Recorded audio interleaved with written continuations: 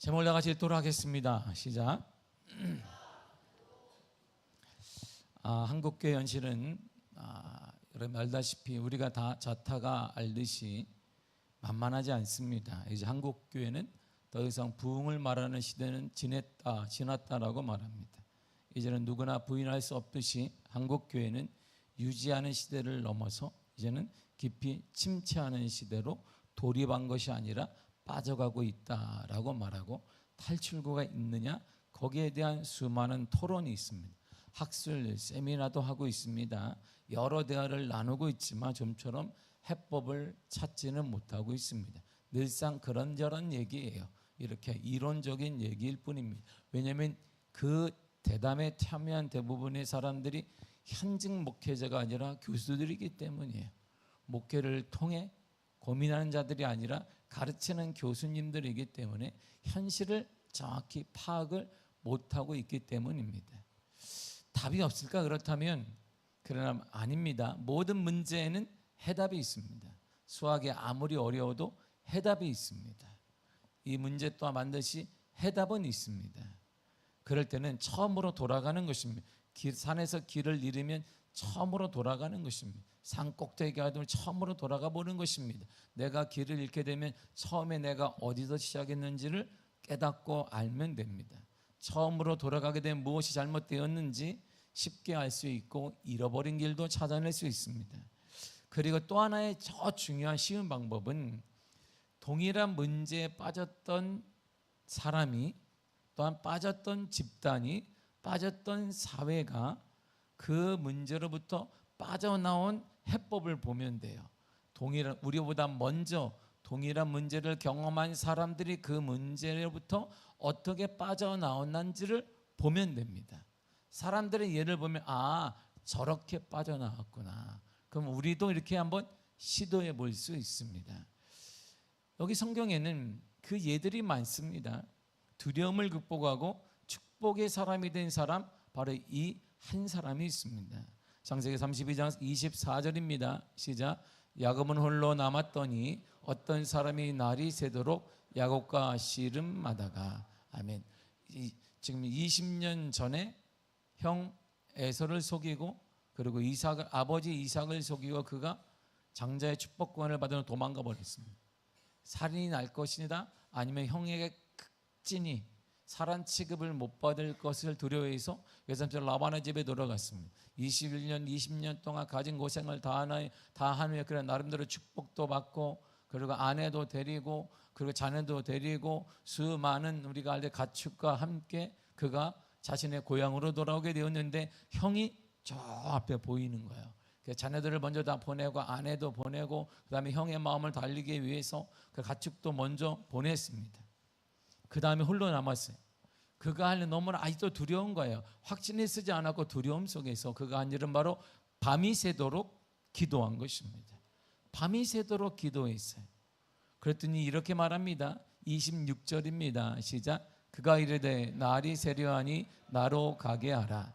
야곱이 이르되 당신이 내게 축복하지 아니하면 가게 하지 아니하겠나이다. 아멘. 이건 하나님의 영 천사가 밤에만 활동하고 낮에는 도망가느냐? 우리가 말하는 일반 고스 영화처럼, 귀신 영화처럼, 우리가 좀비 영화처럼 해가 뜨면 도망갈 그 뜻이 아니라 끝까지 놓지 않고 기도하니까 그만해라 했는데도 불구하고 끝까지 놓지 않고 기도했습니다. 그랬더니 그 기도하는 야곱을 보고 천사가 이렇게 말했어요. 27절과 8절입니다. 시작.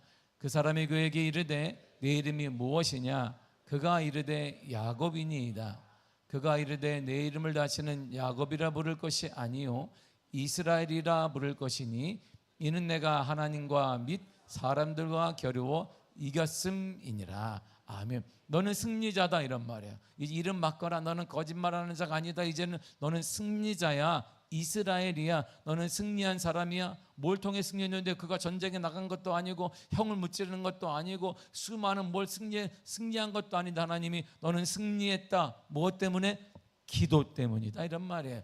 기도는 승리로 가는 관건이며 관문이며 지름길이다 이런 말입니다. 그리고 나서 승리자에게 하나님의 천사에게 이렇게 말해주게 됩니다. 29절을 보겠습니다. 시작. 야곱이 청하여 이르되 당신의 이름을 알려주소서. 그 사람이 이르되 어찌하여 내 이름을 묻느냐 하고 거기서 야곱에게 축복한지라. 아멘. 보세요. 두려움이 변해서 축복의 사람이 되었습니다. 두려움에 잔뜩 찌든 야곱이 기도를 통해 축복의 사람이 되었어요. 뭘 통해? 기도를 통해 축복의 사람이 되었다. 무엇을 통해? 기도를 통해 축복의 사람이 되었다. 이런 말이에요. 무엇을 통해? 기도를 통해 축복의 사람이 되었다. 이런 말입니다.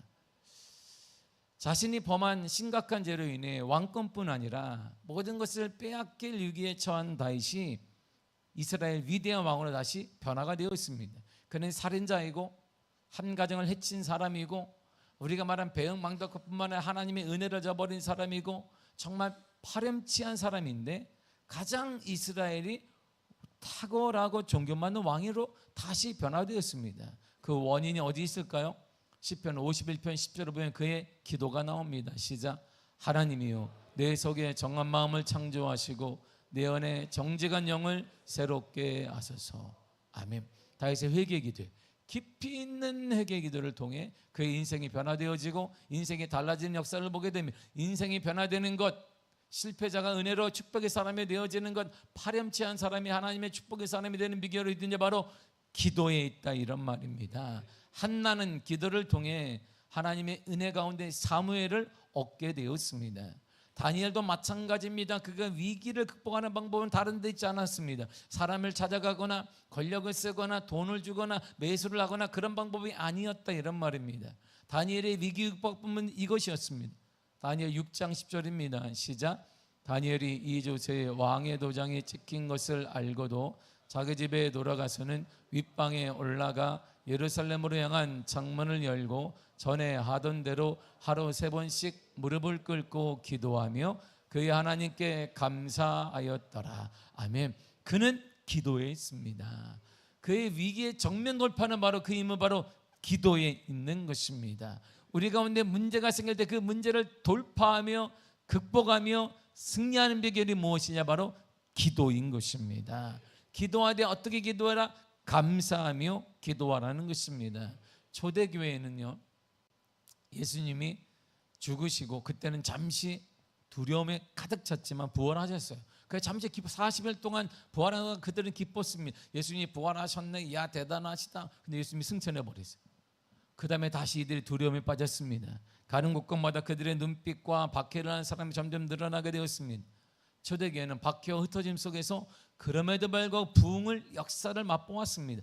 계속 부흥됐습니다. 원인이 어디에 있을까요? 원인의 출발점은 여기 있습니다. 사도행전 1장 13절과 4절입니다. 시작. 들어가 그들이 유하는 다락방으로 올라가니 베드로, 요한, 야고보, 안드레와 빌립, 도마와 바돌로메, 마테와 및 알포의 아들 야고보, 셀로딘 시몬, 야고보의 아들 유다가 다 거기 있어 여자들과 예수의 어머니 마리아와 예수의 아우들과 더불어 마음을 같이하여 오로지 기도에 힘쓰니라. 아멘. 그들의 부흥 비결은 다른 것지 않았습니다. 이들은 나가서 전도하고 뭘 한 것도 아닙니다. 뭐만 했다? 오로지 오직 하나 기도에 힘썼다. 이런 말입니다. 예수님은 기도의 모범이 되십니다. 인류의 죄를 지시고 죽어야만 했던 순간이 다가오자 예수님의 취한 행동은 바로 겟세마네에 올라가서 기도한 것입니다. 그리고 지금도 그분은 뭐하고 계시겠는가? 이거 하고 있다라고 우리에게 말하고 있습니다. 히브리 7장 25절입니다. 시작. 그러므로 자기를 힘입어 하나님께 나아가는 자들을 온전히 구원할 수 있으니 이는 그가 항상 살아계셔서 그들을 위하여 간구하심이라. 아멘. 믿음을 가진 자들이 주님 한 일 뭐다? 기도하고 있다. 이런 말입니다. 믿음의 사람 저와 여러분들을 예수 그리스도가 뭐하고 있다? 기도하고 있다. 이런 말입니다. 이처럼 기도는 우리 개인의 위기를 극복해서 축복으로 만드는 기적의 통로가 됩니다. 또한 기도는 국가적이고 사회적인 어려움을 이겨내는 놀라운 원동력이 되기도 합니다. 기도는 여러분의 그 문제를 극복하여 승리하게 만들어 줍니다. 기도는 여러분들의 수많은 문제와 가정의 문제와 직장의 문제와 일터의 문제와 여러분들의 자녀의 문제를 하나님의 극복하게 만들고 열어주시며 무너지게 만들고 하나님의 은혜 가운데 기적의 역사가 나타나는 통로로 사용하시는 놀라운 축복의 원인이 된다. 이런 말입니다. 우리를 보세요. 우리에게 있어는 사명이라는 게 있습니다. 늘 얘기하지만 이 컵 하나도 용도가 있습니다. 수건 하나도 용도가 다 있습니다. 이거는 이름이 뭔지 모르겠으나 이 마이크 굴러다니지 말라고 이게 이름은 뭔지 모르겠습니다. 여러분도 아는 사람이 있는지 모르겠지만 이름이 뭐예요? 이게 마이크 굴러다니지 않게 하는 거 이런 건가? 몰래 아무튼 용도가 있습니다. 모든 게 용도가, 사람도 용도가 다 있습니다. 사명이 있기 때문에 하나님 이 땅에 보내주신 것이지 그냥 아무렇게나 살라고 보내주신 것도 아닙니다. 우리 모두에게는 사명이 있어요. 하나님의 계획이 있습니다. 하나님의 뜻이 있습니다. 맡겨주신 그 일이 있는데 그 일을 해내기 위해서 힘이 필요한데 힘은 어디에서 오냔 말입니다. 우리에게 맡겨주신 그 일, 우리에게 맡겨진 사명, 주님이 원하시는 일을 올바로 실천하기 위해서는 사람의 힘이 아닙니다. 우리가 사람의 힘을 많이 의지해 보았으나 그 때문에 상처받은 일이 많이 있습니다. 정권이 바뀔 때마다 우리가 또 우리의 계획이 바뀌고 많은 문제가 생기는 것도 있습니다. 오직 성령님만이 이 모든 일을 가능하게 하십니다. 그런데 이 성령님만이 모든 일을 가능하게 하시는데 성령님의 인도하심은 기도를 통해 간절히 구하는 자에게 역사하여 주시는 것입니다. 성령으로 충만하기 위해서는 기도에 다른 방법이 없다 이런 말입니다. 사람에게 대화를 하고 수업을 많이 듣고 우리가 여러분들이 신학교 가서 공부를 할지라도 아무 의미가 없다 이런 말입니다. 우리가 살아나는 거 회복되는 것은 공부를 하는 것도 아니고 신학을 나온 것도 아니고 여러 가지 많은 것을 하기를 따는 것도 아닙니다. 오직 성령을 통해서만 가능한 그 성령은 기도하는 자에게 역사하는 능력이 있는 것입니다. 우리의 무능함, 연약함, 한계를 알면 알수록 우리는 더욱더 간절히 오직 성령의 능력을 구하게 되어 있는 것입니다. 예수님의 명령을 보세요. 마태복음 6장 9절 주님이 이렇게 말씀하셨습니다. 시작. 너희는 이렇게 기도하라. 뭔지는 모르겠으나 뭐하라? 기도하라. 이렇게 있어요. 너희는 뭐하라? 이렇게 빼면 이렇게 돼. 너희는 기도하라. 이거는 여러분들에게 했으면 좋겠다라고 권유하는 게 아닙니다. 예수님이 명령인 것입니다. 기도해라. 너희는 제자라면 기도해라. 그리스도인이라면 기도해라. 믿음의 사람이면 뭐하라? 기도하라 이런 말입니다. 연구해야 합니다. 사람 만나야 됩니다. 비즈니스를 위해, 관계를 위해서 여러 가지 많은 거 해야 합니다. 그러나 주님의 가장 큰 지상 명령은 뭐냐면 기도하라, 기도하라는 것입니다. 주님께서 기도하라고 명령하셨습니다. 이 기도는 바로 그래서 주기도문 아니겠어요? 주님이 가르쳐 주신 기도. 이 기도는 모든 기도의 모델이 됩니다. 모범이 됩니다. 주기도문은 우리가 하나님께 무엇을 구하며 어떻게 구해야 되는지를 가르쳐주고 있습니다. 하나님은 우리의 아버지가 되십니다. 우리는 그분의 자녀들입니다. 자녀가 아버지께 필요한 것을 구하는 것은 당연한 것입니다. 우리도 하나님께 뭘 구하라? 필요한 것들을 구하라 이런 말입니다. 왜 슬퍼하느냐? 왜 두려워하느냐? 우리 하나님이 계신데 구하라 이런 말입니다. 아무리 엄청난 장복이 있다 할지라도 하나님께 뭐하라? 구하라 이런 것이지요. 그래서 예수님께서 우리가 기도하면 반드시 응답해 주시겠다라고 약속하셨습니다. 요한복음 14장 13절과 4절입니다. 시작. 너희가 내 이름으로 무엇을 구하든지 내가 행하리니 이는 아버지로 하여금 아들로 말미암아 영광을 받으시게 하려 함이라. 내 이름으로 무엇이든지 내게 구하면 내가 행하리라. 아멘. 구하라. 누구 이름으로? 예수 이름으로 구하라. 그러면 뭐한다? 행한다는 것입니다. 하나님의 약속 아니에요. 얼마나 좋아요. 구하면 행하신다는 거예요. 행하는 건 내가 하는 거 아닙니다. 여러분이 이루는 게 아니에요. 여러분들이 이루는 거라면 우리가 답답합니다. 내 한계가 이거밖에 안 되는데, 내 능력이 이거밖에 안 되는데, 근데 주님이 이렇게 말씀하지 않았습니다. 너희들은 구하는 것이 너희 몫이고 행하는 것은 내 몫이다 이런 말이에요. 누구 이름으로? 예수 이름으로 말이에요.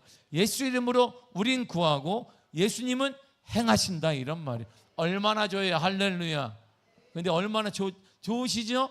근데 왜 기도 안 하냐 이런 말이에요. 이렇게 좋은 걸 놓고 말만 아멘 하지 말고 이렇게 좋은 게 있으면 기도하면 되는 거예요. 여러분들의 눈물, 여러분들 기도 제목이 그걸 기도하면 되는데 좌절하고 눈물 흘리고 교회 들어올 때 얼굴을 다 찡그리고 말씀 들을 때도 뭔가 이렇게 누구 죽은 사람도 있는 것처럼, 내 돈을 누가 뺏어간 사람이 있는 것처럼 이렇게 눈을 흘기고 소망이 없는 것처럼 하지 말라, 이런 말입니다. 행하는 건 주님이 하는 것이고 우리가 할 일은 구하는 것입니다. 우리가 할 일은 구하는 것이에요. 그러나 기도는 우리가 필요한 것을 받기 위해서만 하는 것은 아닙니다. 기도의 진정한 목표는 하나님과의 사귐이에요. 영혼의 호흡이라고 말합니다.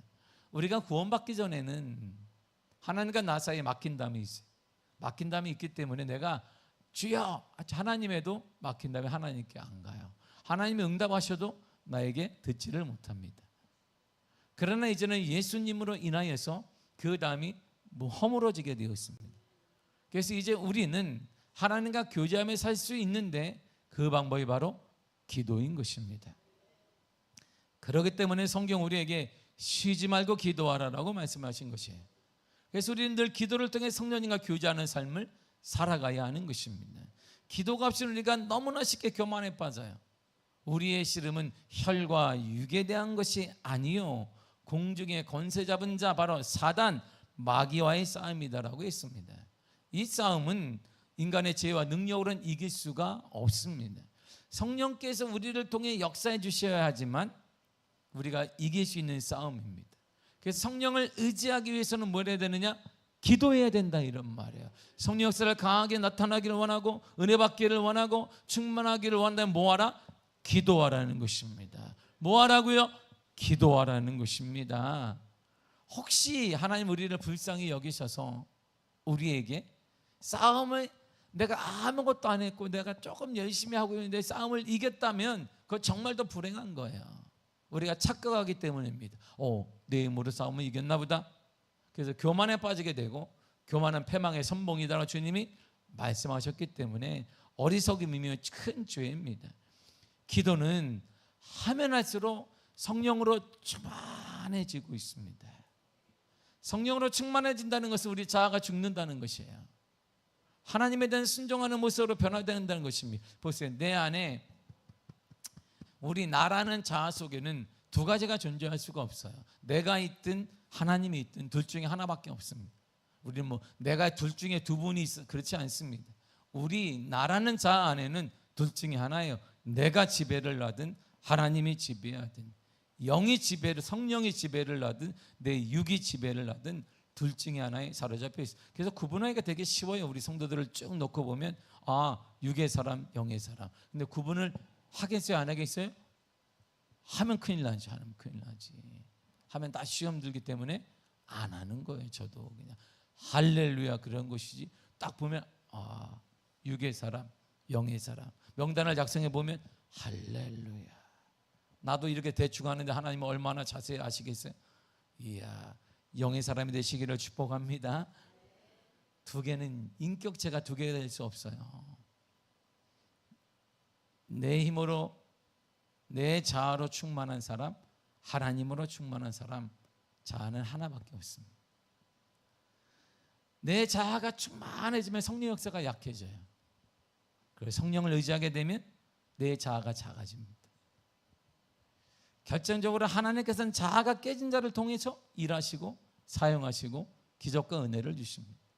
자아가 깨진 자일수록 하나님의 말씀에 즐겨 순종하기 때문입니다.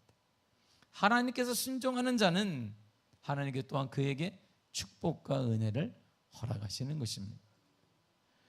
그러므로 진정한 복은 늘 기도함을 통해서 나를 죽이고 하나님의 영으로 이끌림 받고 살아가는 사람이 바로 진정한 복의 사람입니다. 그리고 이런 삶에는 자연히 뭐가 따르냐면 흔적이 따르는데 그리스도의 은혜라고도 하고 축복이라고도 하고 간증이라고 하는 그러한 은혜가 따라가게 되어 있습니다. 때로 하나님께서 나를 귀하게 여기시는 자들, 하나님이 정말 귀하게 여기시는 자들에게 고난과 순교와 어려움을 주실 때가 있습니다. 당연히 귀하게 여기시니까 형통하고 축복받을 줄 알았는데 하나님이 귀하게 여기시는 자들을 고난의 자리로, 실패의 자리로, 눈물의 자리로 옮기실 때가 있습니다.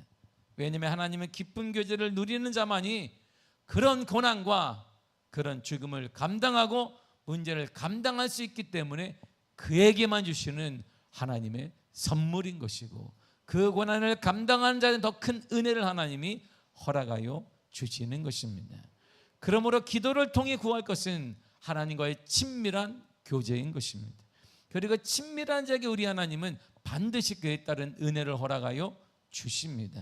친밀한 교제할 때 가장 중요하고 첫 번째 일이 바로 기도인 것이에요. 그래서 기도를 하게 되면 성령의 역사가 그때부터 시작이 일어나요. 그 전에 경험하지 못한 하나님의 역사와 여러분의 기도를 깊이 하지 않았을 때 느끼지 못한 하나님의 은혜를 그때 경험하게 되고 기적을 경험하고 역사를 경험하게 된다, 이런 말입니다. 마가복음 9장 29절에 이렇게 말해주고 있습니다. 시작. 기도 외에 다른 것으로는 이런 종류가 나갈 수 없느니라 하시니라.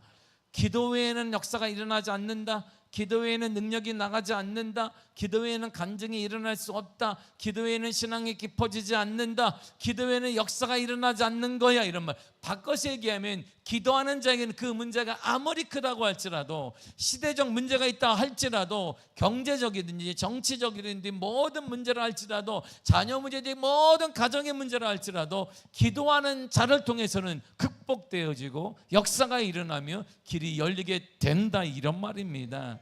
기도하지 않으면 하나님께서 역사하지 않습니다. 하나님께서 우리의 기도를 통해 우리의 가정, 우리의 교회, 나라와 민족, 그리고 역사를 움직이시기를 원하십니다. 기도는 하나님의 능력을 공급하는 통로입니다. 천국의 보물 상자를 딱 열 수 있는 열쇠가 뭐냐? 그것이 바로 기도인 것입니다. 아무리 좋은 환경에 있다 할지라도 기도하지 않으면 믿음이 자라지 않아요. 그는 모태 신앙인데, 몇 대 신앙인데, 아무리 저도 모태 신앙인데, 기도하지 않는 것은 역사가 일어나지 않습니다. 아무리 많은 학식을 가지고 있다 해도 기도하지 않으면 성령의 능력은 나타나지 않습니다. 그래서 늘 능력이 나타나니까 공고한 거예요. 신앙생활에 메말라가는 것입니다. 역사가 없으니까 문제점을 그대로 얼굴에 드러나는 것입니다. 그리고 건드리기만 하면 날카로워지는 거예요. 밥할 땐 날카로운 것이니까, 밥을 했는데도 교회에 밥을 먹는데 이게 은혜로운 밥이 안 나오고 먹기는 먹었는데 할 때가 있어요. 왜일까요? 밥하는 사람들의 은혜가 안 들어가니까 그렇지. 이렇게. 그래서 밥은 점심은 먹었는데 이렇게 많이 먹었는데 하고 4층에 제가 올라가서 내가 이상하다, 밥은 먹었는데 내가 뭐 먹을 게 없나 찾을 때가 있어요. 왜? 여기에 은혜가 안 들어간 것이. 은혜 받은 사람은 밥도 알아.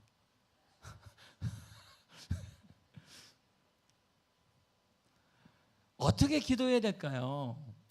그럼 어떻게 기도해요? 기도할 때는요, 자세를 오늘 얘기하는 거예요. 이렇게 기도해야 돼. 그 얘기를 오늘 본문이 하는 거예요. 하루는 밤중에 여행 중인 친구가 찾아왔습니다. 밤에 찾아와서 배고프다, 빵 3개를 달라고 그러니까 세 사람이 왔는지 모르겠지만, 홀라당 혼자 다 먹으려고 하는 건지 모르지만 되게 배고픈 상태로 온 거예요. 그 당시에는 보세요, 지금 우리처럼 24시 우리가 먹을 때가 있어, 배달의 민족이 있겠어요? 햄버거 집이 있겠어요? 24시 하는 무슨 프랜차이즈 뭐가 있겠어요? 아무것도 없잖아요. 그러니까 다 닫아요. 그럼 너무나 배고프니까 친구 집에 겨우 도착했습니다. 그런데 이미 그 친구는 아내와 자녀들과 함께 침실에 누워버렸습니다. 그리고 빵을 만들어줄 수도 없어요. 왜? 재료도 떨어지고, 그리고 이제 불도 다 껐고, 화덕을 피워야 되는데 그것도 끝났고, 지금처럼 가스로 탁 켜는 시대가 아니니까 빵을 그렇다고 사올 수도 없고, 오늘날처럼 띠띠 전화해서 오면 24시간 배달해 주는 것도 아니고 불가능하다며 거절했습니다. 그럼에도 그 친구가 계속 요구하는 거예요. 배고파 죽겠는데, 내가 얼마나 배고픈데 빵 좀 달라, 빵 좀 달라. 빵은 바로 그들의 주식이잖아요. 그래서 침실에 누워있던 그 사람이 일어나서 친구가, 너가 내 친구라서 내가 도와줄 마음은 없다. 친구는 정말 그러면 안 돼. 그럴수록 참어. 근데 내가 일어나서 내 아내를 깨우고 불을 피우고 옆집을 또 깨워서 밀가루를 얻어오고 할 수 있는 이유는 이것 때문이라는, 이것 때문에 내가 너에게 빵을 이 늦은 시간에 구워줄 거야, 이렇게 말한 거. 무엇 때문인데요? 본문의 8절입니다. 시작. 내가 너에게 말하노니 비록 벗됨으로 인하여서는 일어나서 주지 아니할지라도 그 간청함을 인하여 일어나 그 요구대로 주리라. 아멘. 간청함 때문이다. 그래서 너가 요구한 대로 주겠다라고. 이 간청이란 말은 견디지 못해 필요한 것을 주는 거예요. 내가 견딜 수가 없어. 그러니까 그 친구가 어떻게 문을 두드렸는지 알 수 있죠. 이렇게 두드린 게 아니라 꽉 두드렸어. 그리고 자야 되겠다 해서 귀마개도 하고 막 그랬을 거예요. 그런데도 계속 두드리는 것입니다. 이 간청함이란 체면불구하고 구하는 것을 말하는 거예요. 체면이 어디 있는데 내가 배고파 죽겠는데, 그래서 계속 두드리는 것입니다. 이처럼 자신의 요구에 즉각적으로 응하지 않던 그 집주인이 체면불구하고 구하게 되어지면 반드시 들어준다는 것입니다. 마찬가지로 우리가 하나님을 향해 이런 자세로 간절히 구하면 하나님께서 반드시 들어주신다, 이런 말이에요. 우리의 기도는 뭐예요? 적당히 하는 것이지, 그냥 앉았다가 돌아가는 것이지, 피곤하면 자는 것이지, 왜? 급하지 않기 때문에. 제가 늘 성도들을 보면서 급하지 않나 보다 느끼는 게 그거예요. 제가 그래서 함부로 안수하지 않습니다. 왜? 급하지 않은 사람에게는 안수할 필요가 없기 때문에, 역사가 나타나지 않기 때문에, 간절함이 없는 곳에 기적이 일어나지 않기 때문입니다. 적당히 기도하다 가는데 왜? 아직 급하지 않은가, 그런 거지. 정말 급하다면 이처럼 했겠지. 기도를 두드리고 체면도 불구하고 펑펑 울면서 방을 달라, 띠를 두든지 뭐하면 했겠지. 우리의 기도가 이 정도인, 기도의 자세는 이래야 된다는 것입니다. 그러므로 응답이 즉각적으로 오지 않더라도 계속해서 끈기를 가지고 기도하라는 것입니다. 이렇게 말입니다. 마가복음 11장 24절입니다. 시작. 그러므로 내가 너희에게 말하노니 무엇이든지 기도하고 구하는 것은 받은 줄로 믿으라. 그리하면 너희에게 그대로 되리라. 아멘. 이게 기도인 것이에요. 저는 저희 아버지가 제게 주신 선물은 딱 하나, 여러 가지가 많아요. 개척교회 아버지가 주신 선물이 기도였습니다. 교회에 기도하러 가죠. 초등학교 때부터 기도했고, 중학교 1학년 때 제가 자퇴를 하고 시간이 많으니까 그때는 본격적으로 아버지가 저를 끌고 다녔어요. 매일 산기도를 했습니다. 기도원에 갔습니다. 그리고 중학교 2학년이 되니까 저희 아버지가 금식기도를 그때부터 3일부터 시켰어요. 3일, 7일, 15일, 21일, 툭하면 21일을 했습니다. 그래서 저는 담임 목회하면서 산기도를 할 수 없으니까 20일을 금식하면서 저는 목회를 했습니다. 신방도 하고 전도도 했습니다. 왜? 그게 그래야 되는 줄 알았고, 그렇게 지금도 알고 있습니다. 내가 강단을 비울 수 없으니까 그 당시에는 내가 기도하며 금식 기도하며 다 감당을 한 거예요. 새벽 기도도 하고, 수예배도 인도하고, 주일날도 인도하고, 신방도 나가고, 전도도 하고, 20일을 금식하며 다 감당했습니다. 그게 배운 게 그거예요. 그래서 기도할 때는 밤새 기도했어요. 아버지와 함께. 어린 내가 아버지가 기도할 때 옆에 앉아가지고 이렇게 조그만 스티로폼 하나 주면 이렇게 흔들면서 이렇게, 이게 보통 흔들어지는 게 아니에요. 이게 해본 사람한테 흔들기 쉽지 않습니다. 밤새 기도. 그래서 어느 때부터 제가 기도 소리가 들리기 시작한 거예요. 누구 옆집 기도 소리가 들리기 시작한 거예요. 권사님, 그 아버지가 혼난 교육이 그거예요. 그렇게 기도하면 안 돼요. 하나님의 기도가 아니에요. 그랬다가 우리 아버지한테 혼났어요. 하지 마라. 안다. 너는 가만히 있어라. 너 기도해. 깊어지기 시작했습니다. 그래서 지금도 계속 기도하는. 여러분, 우리 교회 철학 기도를 하고 있습니다. 이번에 총회 가니까 관심이 많아요. 우리 교회에 대해서. 철학 기도 얘기를 제가 몇 개월 전에 한번 했어요. 지금도 이렇게 하냐는 거예요. 지금도 그 철학 기도를 망하지 않고 하냐 그러는 거예요. 왜 한다? 그러면 수가 많이 줄었겠지. 그런 기도 누가 오겠냐 그러는 거예요. 할렐루야. 계속 나온다. 출석 불러서 나오는 거 아니냐고 그러니까 출석해서 안 부른다. 그러나 체크는 한다. 체크는 한다. 우리 철학 기도는요, 방송에 나가면 큰일 나는 기도예요. 우리 이상한 교회라고 소문나요. 그래서 방송에 못 내는 거예요. 음악도 없고 찬송도 없고. 예전에 출석 부르는 출석을 제가 여러분들의 인격을 위해서 출석을 안 불러도 다 알아. 누가 안 하는지 여러분들 다 알잖아요. 이렇게 다 알잖아요. 그렇게 해서 기도만 하는 거예요. 그냥 말씀님 계속 제가 말 그대로 계속 기도하는 것입니다. 여기는 음악도 없습니다. 찬양을 누가 해주는 것도 아닙니다. 아무것도 그냥 기도만 하는 것입니다. 제게는 그 시간이 되게 소중해요. 그래서 제가 요즘은 시간을 조금씩 늘리는 거예요. 이렇게 30분, 40분 계속 늘려가고 있습니다. 기도 시간. 이게 깊어질 것이다. 누구나 할 수 있다. 기도에는 조미료를 칠 필요가 없다. 기도는 기도 자체로 하나님 깊어지는 게 좋은 것이지 거기에 찬송 다 넣을 거 없다. 기도로만 가능하다. 여러분 간절함이 있으면 시간이 소용 의미가 없습니다. 제가 어릴 때 배운 기도는 이 간절함이었어요. 그리고 중학교 되니까 너무 간절했습니다. 아이들은 학교 가는데 학교는 나는 등록금 때문에 못 내서 못 가고 창피하고 그래서 할 수 있는 게 기도밖에 없었어요. 내가 할 수 있는 거.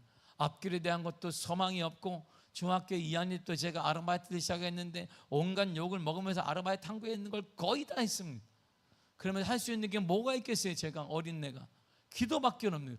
밤에 아르바이트하고 아버지 따라 기도하고 산기도 가고 다시 기도하고 이 간절함이 저를 이렇게 만들어 놓은 거예요. 간절함의 기도가 제가 공부 많이 했습니다. 한이 맺혀서 공부했습니다. 그래서 박사학위도 미국에서 땄습니다. 그런데 그게 아니에요. 저의 원동력은 이러한 공부가 아니라 기도예요. 기도. 간절함의 기도.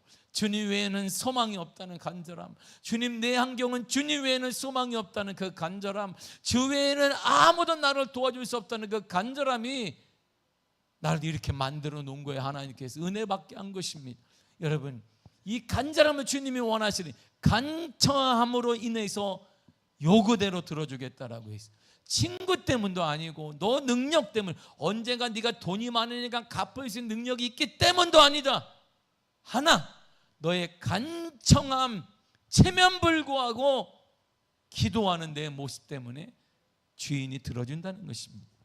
우리의 기도가 이런 기도라면, 이런 자세로 우리가 기도하면 하나님의 역사, 여러분들 현실에 아무리 힘들다 할지라도 길은 열리게 될 것입니다.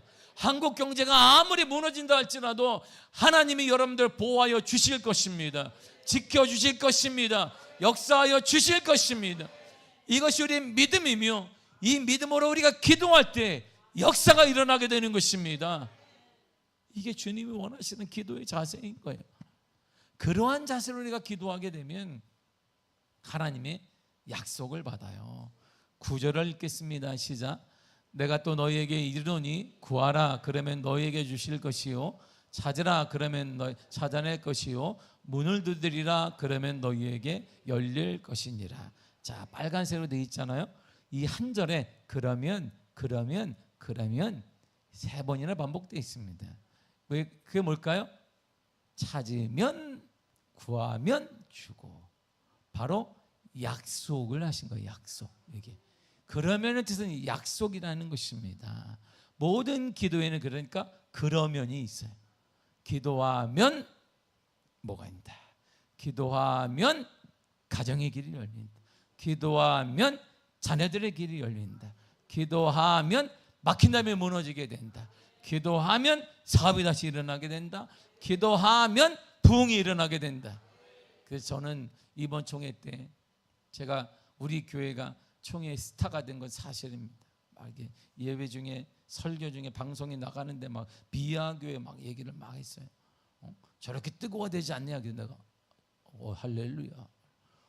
할렐루야. 참 주의 은혜로 깜짝 놀랐습니다. 제가 많은 분들이 저한테 물으면 정말 부흥된 이 시대 부흥될까요? 부흥됩니다. 반드시 부흥됩니다.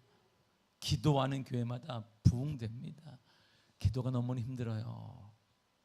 기도하고자 하는데 의욕이 꺾입니다. 기도는 의욕 가지고 하는 것이 아닙니다. 하나님에 대한 믿음이 있는 자는 기도할 수 있고 그 기도를 통해 역사는 일어나게 됩니다. 하나님이 약속하셨어요. 약속. 그러면 약속이 기도했을 때 그러면 이게 따라온단 말입니다. 그러면에 대한 그 기도에 대한 약속, 기도응답은 약속이에요. 뭐하라? 그러면. 구하라? 그러면. 두드리라? 그러면. 찾으라? 그러면. 이런 말이에요. 그리고 주님이 이 답을 이렇게 결론 맺으셨어요. 10절을 보겠습니다. 시작. 구하는 이마다 받을 것이요 찾는 이는 찾아낼 것이요 두드리는 이에게는 열릴 것이니라. 아멘. 보세요. 그러면인데 찾느냐? 그러면 찾는다. 구하냐? 그러면 너 받는다. 찾냐? 그러면 너 찾아. 두드리느냐? 그러면 너 열린다. 이렇게 주님이 약속하셨습니다. 그 약속 믿고 기도의 자리를 지키시기를 바랍니다. 기도의 자리를 모이시기를 바랍니다. 여러분이 살 수 있어요. 여러분의 가정이 살아날 수 있습니다. 여러분의 일터가 살아날 수 있습니다. 우리의 건강 회복될 수 있습니다. 우리의 미래가 열려질 수 있습니다. 두려워하지 마시기를 바랍니다. 주님이 책임져 주실 것입니다. 자녀가 책임지는 것도 아니고 환경이 이 나라가 책임지는 것, 주님이 여러분들의 미래를 책임져 주실 것이고 우리 교회를 책임져 주실 것입니다. 그리고 기도할 때는 반드시 잊지 말아야 될 게 뭐냐면 결과와 열매가 있다는 거예요. 결과와 열매. 이게 마무리예요. 11절에 13절을 다 같이 읽겠습니다. 시작. 너희 중에 아버지 된 자로서 누가 아들이 생선을 달라 하는데 생선 대신에 뱀을 주며 알을 달라 하는데 정갈을 주겠느냐? 너희가 악할지라도 좋은 것을 자식에게 줄 줄 알거든 하물며 너희 하늘 아버지께서 구하는 자에게 성령을 주시지 않겠느냐 하시니라. 아멘. 자녀가 부모에게 구하면 자녀의 부모는 어떻게든 들어주려고 합니다. 비록 경제적인 어려움이 있어요. 환경적인 한계가 있다 할지라도 최선을 다해 들어주려고 합니다. 그 자녀에게 공급해 주지 못했다면 마음 아파하는 게 부모 마음이죠. 제 어머니는 늘 제게 이런 말을 달고 사셨어요. 미안하다 이런 말을 달고 사셨어요. 개척교회 목사인 아버지 때문에 저 초등학교 때부터 제대로 못 먹었어요. 먹는 게 새끼 먹는 게 저는 배부르는 게 제 중학교 때 소원일 정도로 6.25 세대가 아닌데 그렇게 자랐습니다. 그리고 저희 집은 자존심이 강하기 때문에 목사와 목사 자녀는 배고프다고 하면 안 돼. 이게 저한테 머리에 우리 아버지가 심어놓은 거기 때문에 암만 배고파도 저는 그 자리를 떠났습니다. 왜? 배고픈 척하면 안 돼. 그러면 하나님이 기뻐하지 않는데. 이게 어릴 때 제가 아버지가 저한테 가르쳐준 거였어요. 그래서 중학교 1학년 때에서 제가 자퇴했잖아요. 이 어머니는 저를 볼 때마다 항상 오셨어요. 그리고 이렇게 얘기했습니다. 미안하다 이랬어요. 제가 대학을 마쳤어요. 하나님 은혜 가운데 대학 입학하고 마쳤잖아요. 그때도 어머니가 얘기했어요. 미안하다 규노야. 제가 신대원에 들어갔어요. 그때도 어머니가 얘기했습니다. 미안하다. 제가 결혼을 했어요. 지금이 가장 세상에서 가장 이쁜 여성과 함께. 할렐루야. 아멘을 안 하는가 봐. 사모님 이름을 적으시기를 바랍니다. 어? 결혼을 했어요. 그리고 1년 후에 다시 신대원을 졸업했습니다. 그때도 저희 어머니가 얘기했어요. 미안하다. 다시 제가 공부를 했습니다. 공부에 대한 게 너무 미련이 많이 남아서 뒤에 다시 석사를 또 했어요. 아시아 연합신학대학원에서. 그때도 제가 학위를 갖고 갔는데 우리 어머니가 되게 기뻐한 게 아니라 미안하다 그랬어요.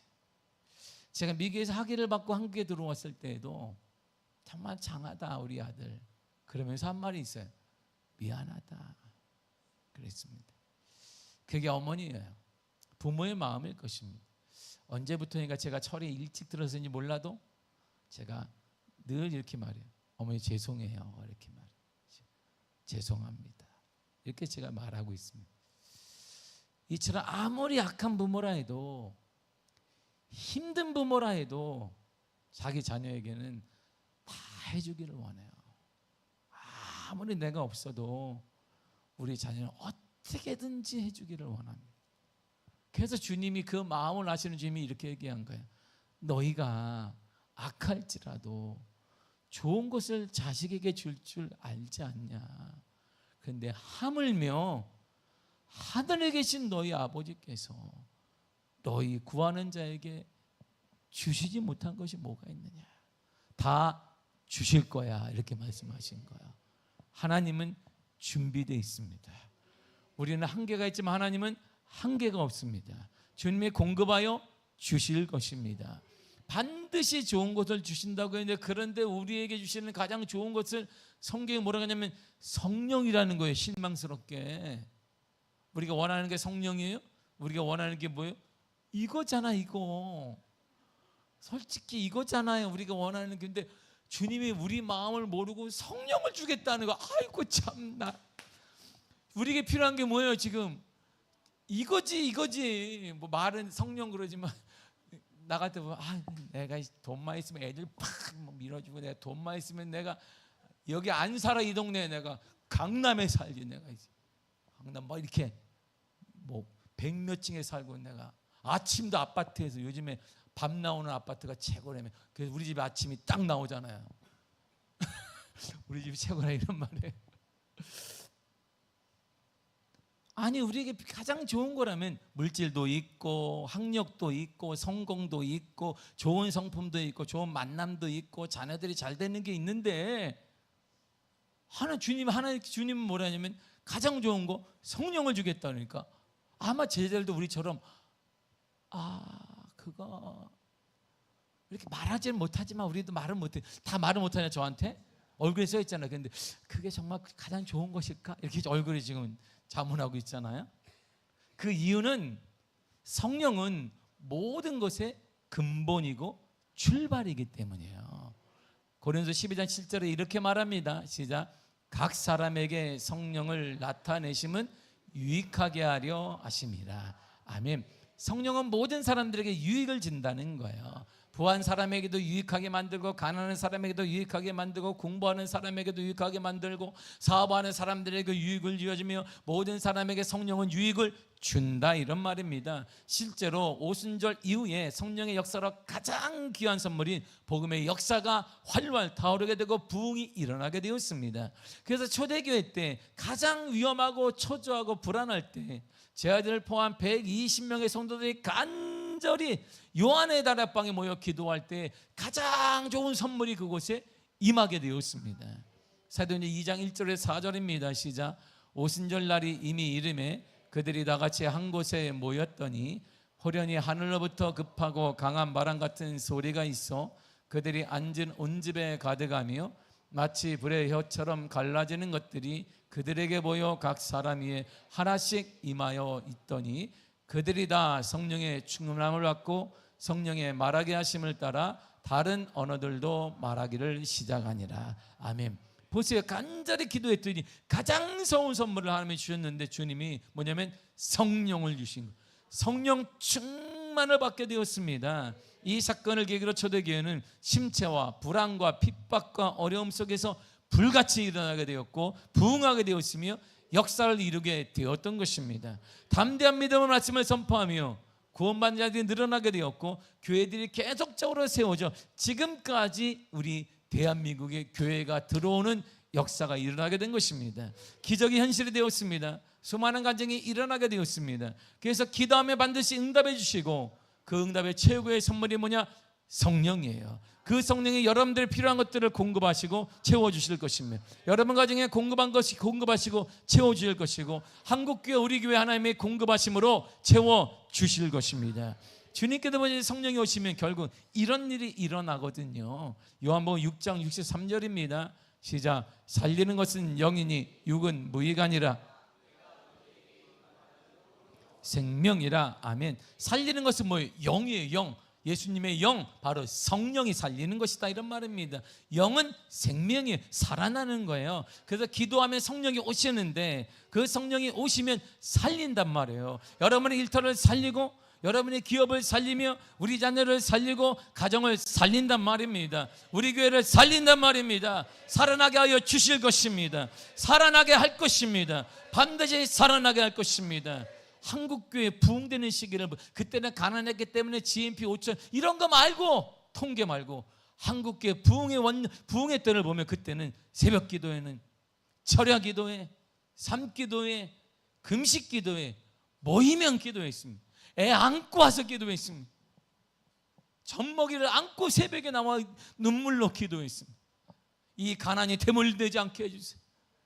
그리고 기도했습니다. 산에 가면 기도한 자리 막 꾀꼬리 소리가 밤낮으로 들렸습니다. 요즘 산에 가보셨습니까? 제가 뭐 친구 목사님 데리고 산에 가면 아무 소리도 안 나. 헝납니다. 예전에 안양에 있는 갈매산 기도원에 사람이 엄청 많았어요. 산기도하면 아무 소리가 안 나. 번당에 가면 소속에 앉아가지고 이렇게 기도하고 있습니다.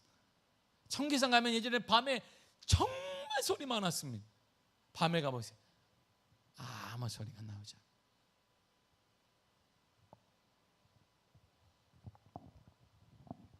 지금 우리의 모습이에요. 한국 교회는 높은 교회 건물들이 많습니다. 우리 교회도 그렇지만 주위의 교회도 많습니다. 그리고 한국 교회는 우리 교회는 아닌데 재정도 많습니다. 잘 짜여진 훈련 프로그램도 있습니다. 해외 선교를 위한 프로그램도 많습니다. 그런데 교회는 사회의 걱정거리가 되고 있습니다. 그리스도인들은 존경받지 못하고 있습니다. 침체의 늪에서 헤어나오지 못하고 있습니다. 무엇이 부족한데요? 무엇이 하나 빠졌으면 바로 그것이 기도입니다. 여러분들이 다 갇혀있다 할지라도 사업을 향한 똑똑함도 있고 사람도 알고 모든 갇혀있다 할지라도 기도가 빠지면 역사가 일어나지 않는 거예요. 하나님의 역사가 일어나지 않고 성령의 역사가 일어나지 않아 살리시는 일이 일어나지 않게 되는 것입니다. 이제 우리가 살기 위해 인생의 답을 찾기 위해 결단해야 됩니다. 이런 결단 말이에요. 히브리 10장 25절입니다. 시작. 모이기를 피하는 어떤 사람들의 습관과 같이 하지 말고 오직 권하여 그날의 가까움을 볼수록 더욱 그리하자. 성경은 그냥 계속 반복되는 말이 있습니다. 뭐냐면 이 시대를 본받지 마라. 습관을 따르지 마라. 이 시대의 문제 편리를 추구하는 거예요. 그리고 꼭 엘레강스 하는 거, 기도 그렇게 하는 거 아니에요. 제가 그래서 미국에 처음 갔을 때 담임 목회를 하는데 그냥 북산하는 11명이 모이는 곳에 다 갔더니 새벽 예배를 드렸는데 다 천주교인 2명이 왔어요. 11명 중에 2명이 천주교인이 왜? 내가 헌금이라도 내줘야 교회가 유지될 것 같은 거예요. 두 사람이 대놓고 이렇게 저한테 얘기했어요. 자존심이 많이 상했습니다. 저한테 이렇게 얘기했어요. 저희가 헌금이라도 내줘야 이 교회가 유지되지 않겠습니까? 왜냐하면 목사님들이 1년 안 채우고 다 도망갔어요. 10월부터 눈이 오고 5월까지 눈이 오고 영하 40도 떨어지는데 좀 활동도 없고 신방도 안 되고 한국 사람을 찾을 수가 없어요. 한국 사람을. 한국보다 큰 넓은 땅에 250 몇 명이 사니 어떻게 찾아요? 한국 사람 찾을 수 부흥될 기미가 없어요. 그 당시 내가 갔을 때 50년이 넘은 그 교회가 반 가까이가 교회가 쉬었어요. 목사님들이 가고 도망가고 청빙 안 오고 나는 모르고 갔지. 할렐루야. 꼭 나는 기도를 잘해야 되는데 주님 보내주신 데 가겠습니다. 진짜 거길 보내주신 하나님이 분명 내가 다른 데 100명 되는 교회 내가 딱 오라 그랬단 말이에요. 내가 여기 갈 줄 알았는데 그러나 체면상 내가 주님 먼저 오는 곳에 가겠습니다. 당연히 여기 다 끝났단 말이에요. 그런데 이틀 전에 이 교회가 나한테 전화를 했어. 목사님을 오시리겠다. 이건 아닐 것이다. 이건 절대 아닐 것이다. 이거는 환청일 것이다. 거기를 제가 믿음으로 갔어요. 아무도 없어요. 그리고 새벽 예배 이렇게 천주교인이 얘기하는 자존심도 상하는데 그래 애들 빼니까 5명 안 돼. 5명밖에 안 돼. 어른들이. 교수야. 박사과정 학생이고 새벽 예배를 딱 드리는데 잔잔 5분 정도 되니까 다 이렇게 쭉 10분 되니까 내가 졸려요. 그리고 10분 정도 되면 다 나가. 얼마나 감사한지 몰라. 그런 분위기 빨리 끝내야 되니까. 그래서 제가 이 기도를 어떻게 하냐고 해서 내가 3개월 만에 음악을 빠른 걸 틀어놨더니 난리가 났어. 왜? 천주교인들이 이러면 저 새벽 예배 나올 수가 없습니다. 아니 우리 교인도 아니고 천주교인이요. 이 말이 뭐냐? 나 헌금 안 내겠다는 거. 그러면 교회 힘듭니다. 이렇게 협박을 나한테 했어. 예. 이런 경우도 있는 겁니다. 그리고 우리 성도들은 적응이 안 되는 거예요. 매번 이렇게 졸다가 갔는데 막 하나님의 나팔 소리 빵빵빵 나오니까 이게 새벽에부터 하나님의 나팔 소리. 근데 6개월이 됐는데 사람이 계속 나오는 거예요. 더. 그러고 나서 5명밖에 안 되는 교인들인데 외부에서 막 들어오는 거예요. 거기 더 나가더니 교회에 어떤 일이 일어났냐면 제가 딱 1년쯤 되니까 가득 찬 거예요. 그때 제가 성도에게 자 여러분 거기에 의자 앉지 말고 무릎 꿇어요. 무릎. 미국에서 무릎 꿇는 거 되게 쉽지 않습니다. 다 무릎 꿇고 기도했어요. 이렇게. 그래서 교회가 그때 폭발적으로 역사상 가장 크게 부흥되고 지금도 한국교회 이민교회 역사상 책이 나왔는데 올해 제 이름이 거기 들어가 있어요. 그 교회를 살린 목사 이름으로는 제가 할렐루야. 거기 제 이름이 동기가 찍어서 보냈어. 어머나 한국 이민 역사 100년사에 내가 탕목사 당신이 나왔어. 거기 기회를 살렸다고. 할렐루야. 이런 사람이에요. 기도예요. 기도. 다른 게 한 게 아닙니다. 기도한 것이. 시대가 그래요. 시대는 원래 그렇습니다. 편안함을 추구하게 되어 있습니다.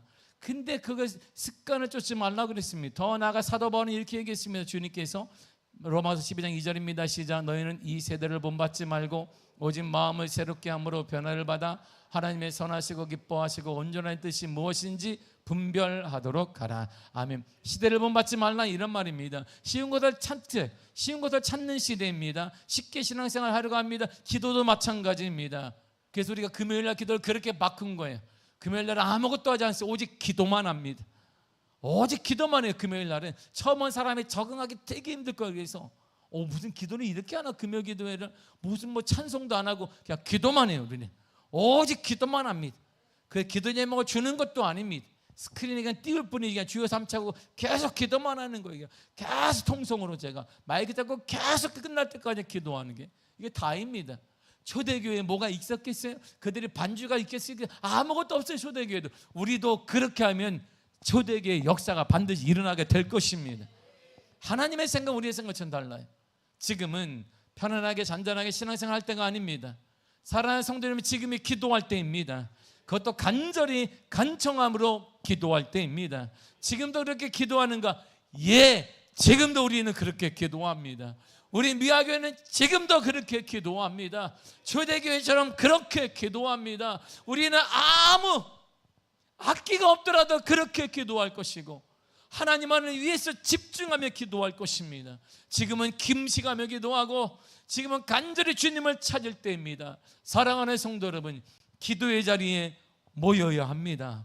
기도의 자리를 지키셔야 합니다. 그래야 인생에 답이 있습니다. 사업에 답이 있고 가정에 답이 있게 될 것입니다. 기도로 약속하신 응답을 받으시길 바라고 간증자가 되시기를 바랍니다. 마지막으로 시편 33편 17절을 읽도록 하겠습니다. 시작. 의인이 부르짖음에 여호와께서 들으시고 그들의 모든 환난에서 건지셨도다. 아멘. 의인이 된 우리가 부르짖으면 기도하면 하나님은 들으시고 우리를 위험 가운데 문제로부터 건져 주십니다. 주님이 약속하셨습니다. 우리가 기도하면 하나님은 들으시고 문제로부터 건져 주십니다. 하나님이 건져 주십니다. 시대가 건져주는 거 아닙니다. 환경이 누가 건져주는 게 아니라 하나님이 건져 주십니다. 그런 은혜와 간증이 반드시 있기를 간절히 축복합니다. 기도하겠습니다.